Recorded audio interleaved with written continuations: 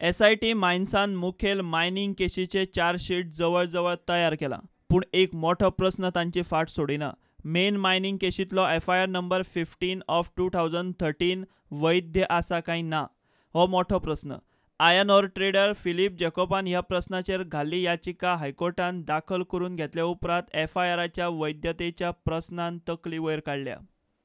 शहा आयोगाच्या रिपोर्टाच्या आदारान खंयचेच मायनिंग लीज होल्डराचेर कारवाय करचे ना म्हूण गोंय सरकारान सुप्रीम कोर्टाक सांगिल्लें. पूण मायन्स डायरेक्टर प्रसन्न आचार्याच्या कागाळी वेल्यान दाखल केल्लो एफ.आय.आर. नंबर 15 ऑफ 2013 जस्टीस शहा कमिशनाच्या रिपोर्टाचेरूच म्हूण फिलीप जॅकोबान आव्हान याचिकेत हायकोर्टा मुखार दावो केला.